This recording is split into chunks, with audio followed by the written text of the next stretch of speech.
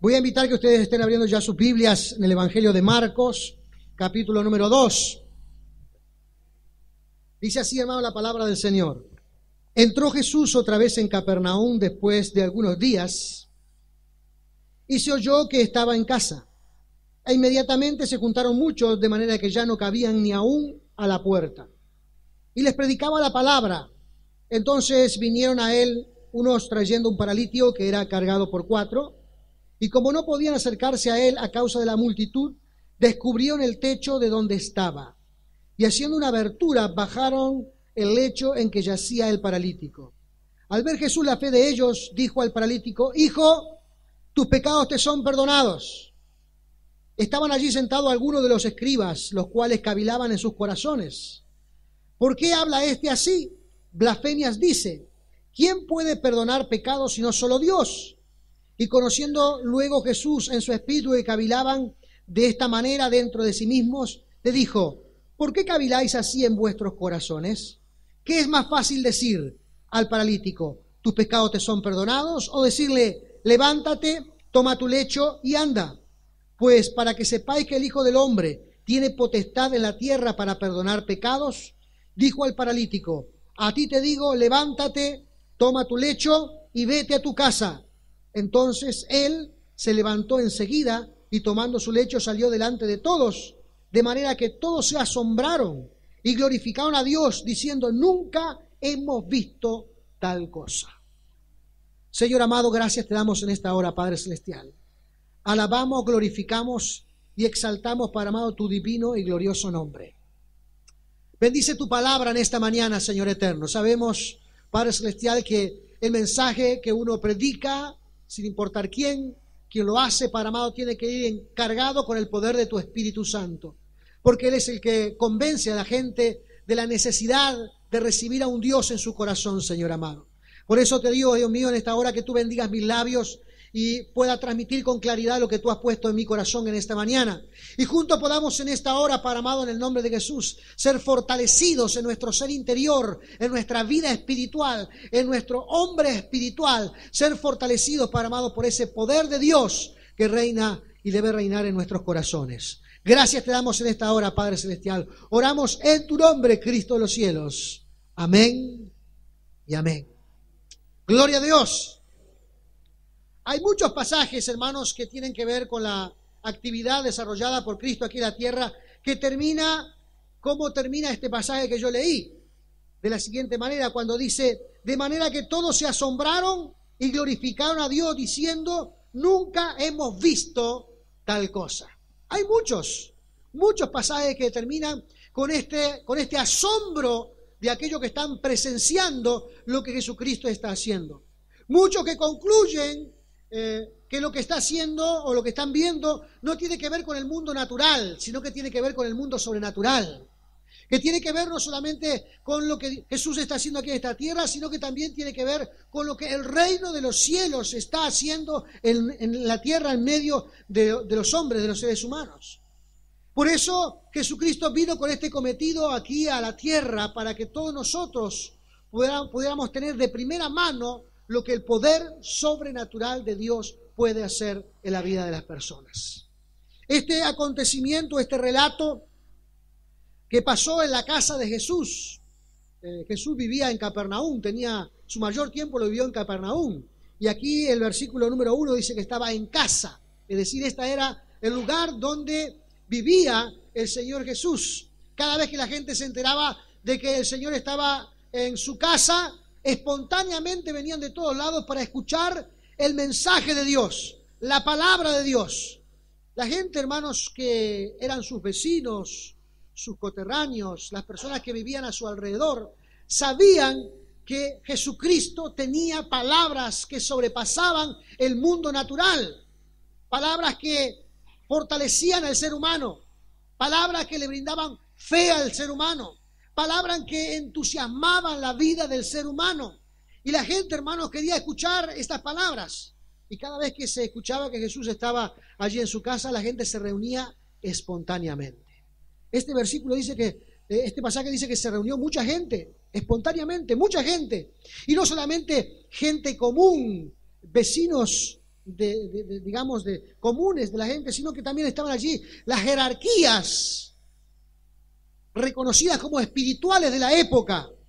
Aquí dice que estaban los escribas.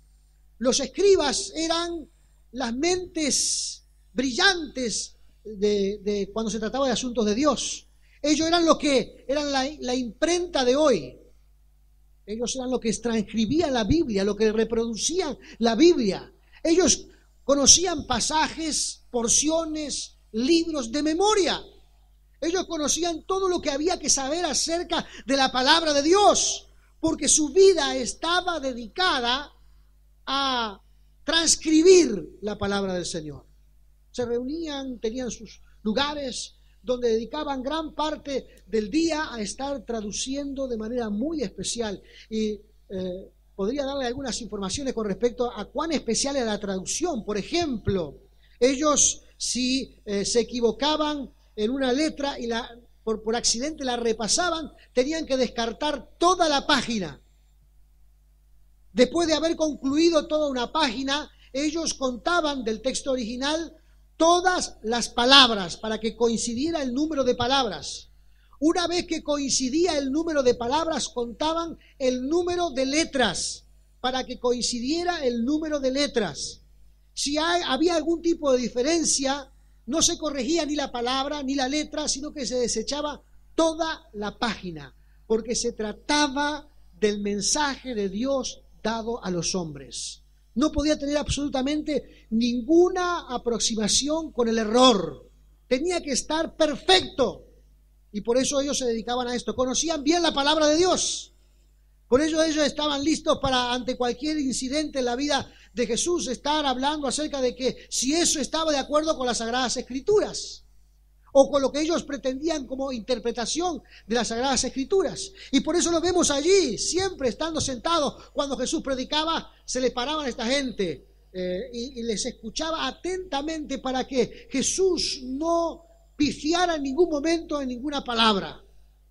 En casi todos los pasajes que hablan acerca de alguna obra de Jesucristo, ellos están presentes. Si no son los escribas, son los fariseos, pero allí estaban presentes esta gente que sabía mucho de lo espiritual. Ahora, muchas veces se puede tener también un conocimiento intelectual de lo espiritual. Y ese conocimiento intelectual a veces puede llegar a ser un tropiezo para conocer las verdades espirituales. El conocimiento intelectual tiene que estar también amalgamado, tiene que estar también fundido con la fe que Cristo pone en nuestros corazones. Por eso, cuando nosotros venimos a Cristo, hay personas que pueden decir que tienen un conocimiento, conocen ciertos factores de la palabra del Señor, pero también tenemos que conocer al Señor de esa palabra. No es suficiente conocer el texto, es necesario también conocer al autor del texto. El autor del texto es Dios. Dios fue el que le proporcionó esta revelación a los hombres que se transformaron en escritores de la palabra. No escribían lo que ellos creían que debían de escribir, sino lo que el Espíritu Santo les inspiraba. Y allí había una conexión directa entre lo espiritual y terrenal. Por eso cada vez que nosotros tenemos que interpretar o conocer un pasaje de las Sagradas Escrituras, tenemos que también tener una conexión real y verdadera con el autor de esta escritura. Esto fue lo que le pasó a esta gente. Esta gente estuvieron por un momento criticando al Señor porque no pudieron comprender espiritualmente lo que estaba pasando en ese lugar. ¿Y qué estaba pasando en ese lugar? Dice que mientras estaban enseñando la palabra del Señor aparecieron 4 hombres tomando de cada esquina una camilla. El que estaba en la camilla estaba totalmente paralítico de hacía muchísimo tiempo.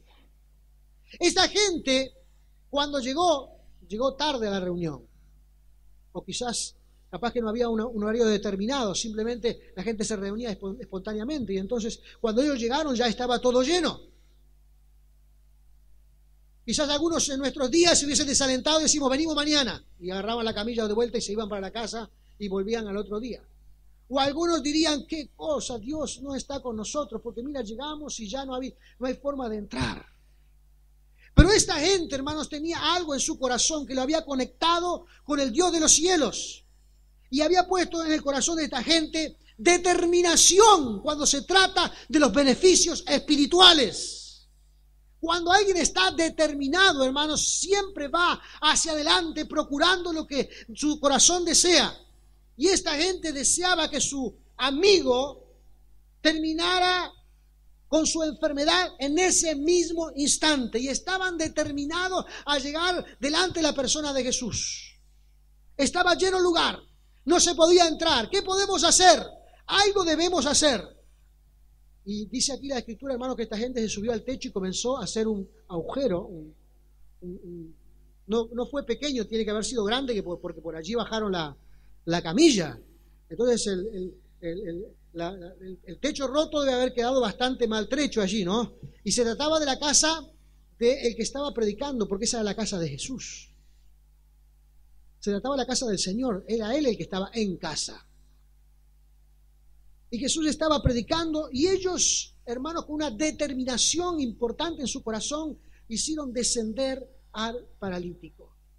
Hermano, la determinación en nuestra vida juega un papel muy, pero muy importante en cualquier área, y mucho más en el área espiritual. Yo estoy determinado a recibir de Dios. Voy a estudiar la Biblia, voy a venir a los cultos, voy a charlar con hermanos, voy a edificarme la fe, quiero conocer a ese Dios en los cielos. Y entonces formamos en nosotros, hermanos, una determinación de querer tener ese encuentro personal con el Dios de los cielos, mantener esa relación poderosa con el Dios todopoderoso, aleluya, y profundizar cada día mi vida, y estoy determinado en avanzar. Nunca voy a disminuir mi intención de encontrarme con el Dios todopoderoso. Esta gente pensaba de esta manera. Y sabe, aquellas personas que reciben los más grandes beneficios de Dios son también los que piensan de esta manera. Amén. Porque aquí no hay, a veces algunos, que hay frío, que no puedo ir al templo, que hay sol y que el sol me quema, o que estoy cansado, que esa gente, hermanos, nunca va a recibir cosa alguna de parte de Dios. Los que reciben los milagros y las bendiciones de Dios es la gente determinada. Determinada a venir a adorar a Dios, determinada a estudiar las Escrituras. No importa si el cansancio ya ha jugado un papel importante en la vida, de todas maneras se hace en el lugar, se hace en el tiempo, se hace en la forma para estudiar la palabra del Señor, para creer en Dios, para poner todo su ser y toda su vida en pos de las manos del Señor. Esa es la gente que recibe milagros de parte de Dios. Esa es la gente que Dios bendice, a la gente determinada. Gloria sea el nombre de Jesús. Estaba lleno el lugar, no se podía entrar en la forma convencional, entonces vamos a hacer lo necesario. Ahora, pongámonos en escena, hermanos. Jesús estaba enseñando a la gente. Estaban en plena reunión de enseñanza bíblica. Jesús estaba enseñándoles estas verdades. Y de repente esta gente termina interrumpiendo esa reunión. ¿Cuántas personas allí estarían diciendo qué le pasa a estos locos? ¿Qué le pasa a esta gente? ¿Cómo va a estar rompiendo la casa del Señor? ¿Cómo es posible que alguien sea tan atrevido? ¿Se imagina usted? ¿O estaría todo el mundo aplaudiéndole? ¡Qué bueno, qué bárbaro! Miren cómo le rompe el techo, fabuloso. Era algo extraño para el momento. Para la reunión era algo extraño. Para Jesús también, hermanos, que estaba allí, también era algo fuera de lo común. Fuera de lo normal, no era convencional que alguien entrara a una reunión de este tipo. No se crea que andaba todo el mundo por ahí rompiendo techos para estar cerca de Jesús. Este fue un caso único, pero esta gente quería que su amigo fuera sanado y estaban determinados en su corazón de llegar a la presencia de Cristo. ¿Se acuerdan la mujer que tocó el manto de Jesús? Dice que todo el mundo estaba amontonado. No sé si usted alguna vez ha participado o ha visto algún ídolo donde la gente se le amontona, ¿no? Y tienen ese idilio místico de que si tocara algo de él, algunos cortan el trozo del estadio donde estuvo y se llevan una porción de tierra. Dice, aquí estuvo parado mi ídolo. Ni que hablar si tira el pañuelo, ¿no? Después de haberse secado todo el rostro allí, dice, aquí tengo la transpiración de mi ídolo.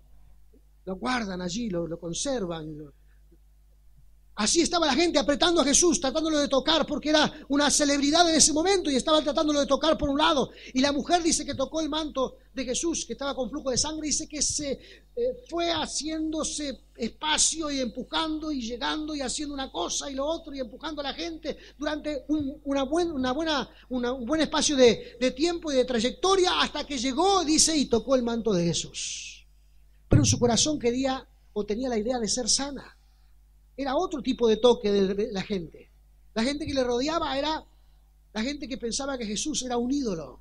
Pero el toque de la mujer fue el toque de una mujer necesitada que pensaba que Jesús era el Salvador del mundo. Esta gente pensaba que Jesús era el Salvador, que Cristo era quien podía transformar la vida de este desgraciado, que Cristo era alguien que podía cambiar sustancialmente la vida de este hombre.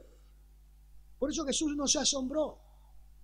Quienes estaban en la habitación se asombraron, criticaron, seguramente estaban diciendo qué locura lo que están haciendo.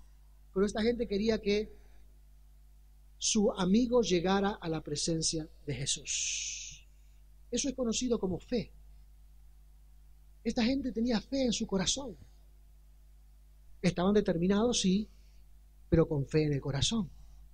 No estaban haciendo algo porque era diferente, o porque era revolucionario, o porque era espectacular. No, estaban haciendo algo porque creían en la persona del Señor Jesucristo. A eso la Biblia le llama fe.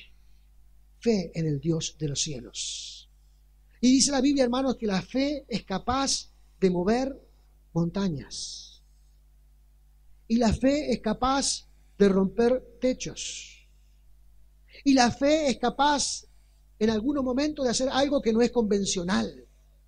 Y la fe es capaz que te motiva en alguna ocasión a hacer algo fuera de lo común, pero tendrás como respuesta lo que Dios puede hacer en tu vida. Lo que Jesús puede hacer en tu vida. Ahora, cuando estos 4 hombres, después de hacer todo el ruido que ellos hicieron, el destrozo que hicieron, después de asombrar a todas las personas allí, ahora llegó el turno de Jesús. Y Jesús también, hermanos, hizo exactamente lo mismo. Trastornó la mente convencional de las personas. Porque cuando usted ve a un hombre que está enfermo, ¿qué espera que Dios haga? Que lo sane. Exacto. Amén. ¿Cuánta gente viene a los pies de Cristo y es sanada? A través de la historia, hermanos, esto es imposible de enumerar. La gente ha sido sanada a través de los tiempos una y otra vez. Pero Jesús, hermanos, no observó su condición física. Y esto asombró a los grandes pensadores de la Biblia. Jesús dice que observó su condición espiritual. Cuando nosotros estudiamos la Escritura, hermanos, nos vamos a dar cuenta que muchas enfermedades tienen origen espiritual y se reflejan o se demuestran en el físico.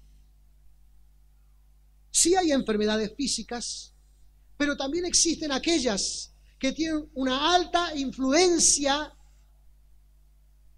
con respecto al espiritual. Y hay que entrar en el mundo espiritual para que la persona reciba el milagro espiritual primero, para que luego se pueda producir el milagro físico.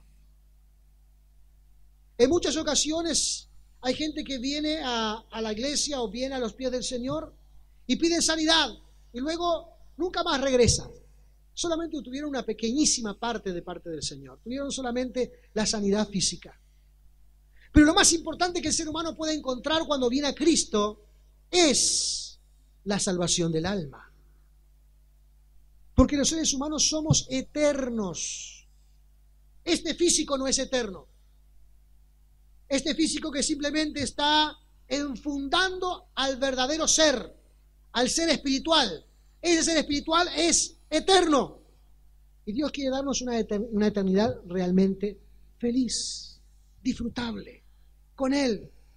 Por eso dice la Escritura que Él fue el primero de todos. ¿Se acuerda? Cristo murió en la cruz, pero luego ¿qué pasó? Resucitó, y es el primero, dice la Biblia, de todos los hermanos. Y Dios quiere exactamente lo mismo para todo el mundo que desee creer en el Señor. O sea que no hay nada más importante que el ser espiritual. Amén. ¿Sabe que usted puede agarrar, por ejemplo, un durazno? Todavía no lo hemos visto pero ya pronto lo vamos a ver. Ya ahora en diciembre empiezan a aparecer los duraznos. Es un ejemplo. El durazno contiene en su interior un carozo, ¿cierto? Un durazno, un carozo. Pero el carozo contiene muchos duraznos. ¿Sabe por qué? Porque si usted lo planta, cuida esa planta, germina, y esa planta se termina en un árbol, y de ese árbol salen muchos duraznos más. O sea, ¿qué es lo importante? La pulpa de afuera, la que nos da ese sabor extraordinario cuando lo comemos. Nosotros decimos, sí, la pulpa nos da ese sabor. No, lo importante es el carozo, que produce más frutas todavía. ¿Qué quiero decir? ¿Qué es lo importante? ¿Este ser exterior? ¿Este tiempo en el que vivimos? ¿O realmente el plan de Dios para llevar a nuestro ser interior a una dimensión eterna? ¿Qué es lo más importante? Si a usted le dieran para escoger, ¿puedo vivir 70 años o una eternidad? Claro, nadie es tonto. Nadie es tonto, eso es obvio. Yo quiero vivir una eternidad. Bueno, hermano, ¿quiere encontrarse con la eternidad? Debe reconocer que debe de recibir perdón de sus pecados y recibir a Cristo como Salvador personal. El origen del gran problema de este paralítico, que usted dice, bueno, pues este hombre estaba paralítico, no podía hacer nada, no podía salir por ahí ni hacer nada. Bueno, pero hay muchas cosas que no es necesario salir para estar lejos del Señor. Muchas cosas brotan del corazón del hombre. Y aquí en esta ocasión parecía ser que hubiera muchas cosas que brotaban del corazón del hombre. Por eso Jesús, hermanos, entró en el mundo espiritual y le dijo inmediatamente, tus pecados te son perdonados. Instantáneamente, hermanos, Jesús, hermanos, localizó el problema de este hombre. Instantáneamente. Ahora la gente, hermanos, siempre nos gusta ver lo exterior, nos gusta ver lo fantástico, lo fabuloso. Parece ser que cuando alguien es perdonado, aquí no pasa nada. Pero la Biblia dice que en el cielo hay fiesta. Entonces nosotros queremos ver otras cosas. Y aquí estaban esta gente, hermanos, estudiosa, diciendo, bueno, acá hay dos problemas. El primer problema es que no hay ningún hombre en la tierra que pueda perdonar pecados. Dicen los escribas, acá están diciendo eso, ¿no? Tenemos dos problemas graves aquí. Dice, ¿por qué habla este así? Blasfemias dice, ¿quién puede perdonar pecados sino solo Dios? Primer problema. Les dice, ¿cómo es posible que un hombre aquí en la tierra perdone pecados? Bueno, eso estaba diciendo algo muy importante de Cristo, que no era un hombre común, era un ser divino. Pero número dos, Jesús le saca, hermanos, de la boca la siguiente frase que iban a decir, porque dice aquí la palabra del Señor, dice, para que vean qué es más fácil hacer, si sus pecados son perdonados o si este paralítico es sanado. O sea, le saca la segunda frase, porque ellos estaban diciendo seguramente en su corazón, pero el problema de él no es que pida perdón de pecados, el problema de él es que no puede caminar. Encima de que él es un hombre y no puede perdonar pecado de la gente, ¿no se da cuenta que él está paralítico? Hermanos, esto nos dice siempre que el ser humano tiene una opinión sobre todas las cosas. Siempre nosotros tenemos una opinión sobre cualquier cosa de la vida. Y más el uruguayo, nosotros somos sabios en nuestras opiniones. Cuando se trata de nuestra opinión, no hay mejor opinión que la nuestra. Por eso hay 3 millones de directores técnicos, por eso hay comentaristas de fútbol hasta no poder más, por eso hay sabedores de la política, como hoy día que vemos que todo el mundo sabe de política y cuantas cosas por ahí, porque nuestra opinión vale. El ser humano cree que su opinión es sumamente valiosa. Esta gente, hermano, no eran uruguayos, pero también tenían el mismo problema. Creían que su opinión era espectacular. Entonces Jesús, hermanos, en ese momento, en un acto de gran misericordia, dice que sana al paralítico en forma instantánea. Amén. Y sobre el acto presencial de sanidad, nadie tiene dudas. Por eso el hombre dice, yo necesito ver para creer.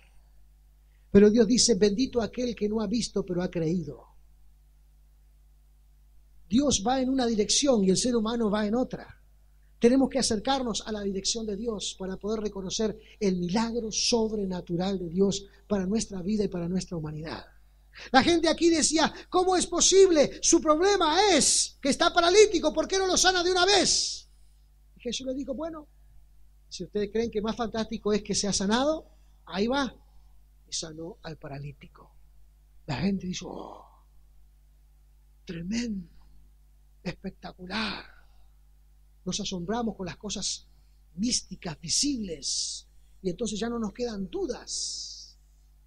Pero la fe, hermanos, va por otro camino. ¿Usted sabe la definición de fe? La definición de fe en la Biblia se encuentra en el capítulo 11 de Hebreos. ¿Se acuerdan lo que dice?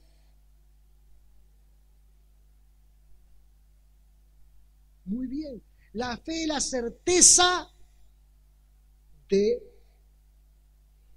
lo que se espera. La convicción de lo que no se ve. ¿Entiende? ¿Qué dice aquí la Biblia? Está diciendo que no vamos a ver, pero creemos que va a pasar. Amén. Todavía no lo veo, todavía no lo tengo, pero sé que Dios lo va a traer a luz. Eso es fe.